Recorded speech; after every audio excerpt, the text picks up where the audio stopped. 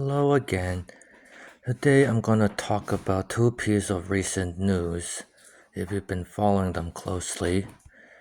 The first piece of news I want to talk about is Julian Assange.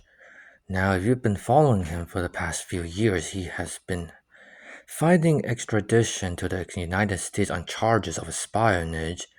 Obviously, he sees it all politically motivated, but whose perspective you believe, that's up to you.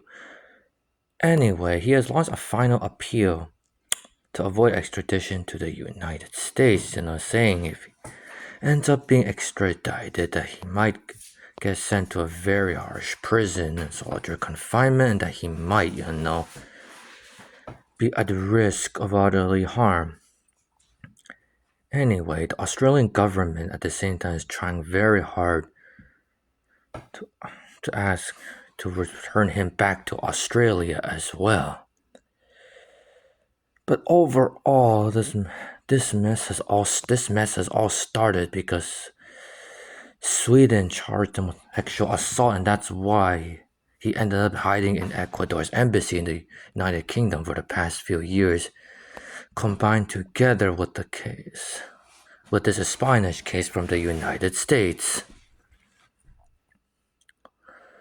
Overall, it's been a very tumultuous saga in his case, considering he's the founder of WikiLeaks, and WikiLeaks has been useful in exposing a lot of information which the general public would not be aware about.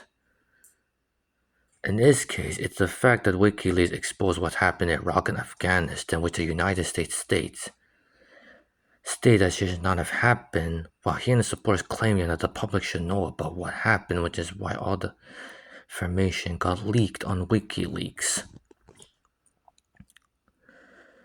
But anyway, whether or not he will be returned back to Australia or be sent to the United States in the future will be anyone's guess. But as of the time being, his chance of success on going back to Australia looks pretty slim.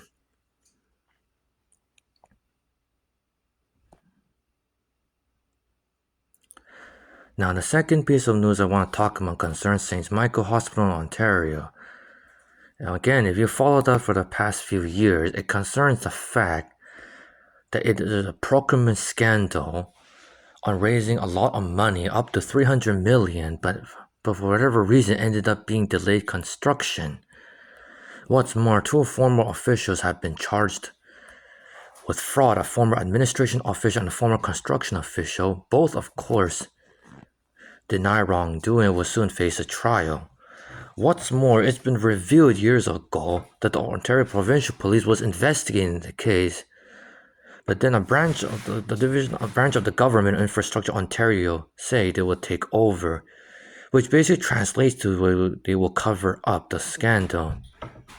Naturally, they said that there's no case for investigation, and now this is all blowing up according to what the documents say. Overall, this just shows,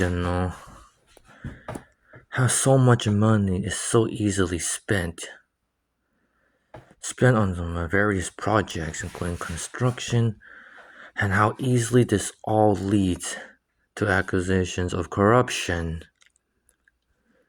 It makes the general person wonder where all the money could be used to be better spent off.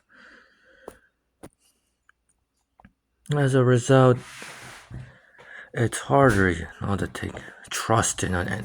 Well, in general, still, the police investigation is back, and now they're going to investigate more on the scandal. Whether or not the money can be paid back is another matter. Whether or not this hospital can ever be built or finished, more construction is another matter as well. But long story short, this is just another case of using more public money not for the public cause or for the common cause as well. Anyway, that would be all for what I'm talking about. Thank you and have a good day.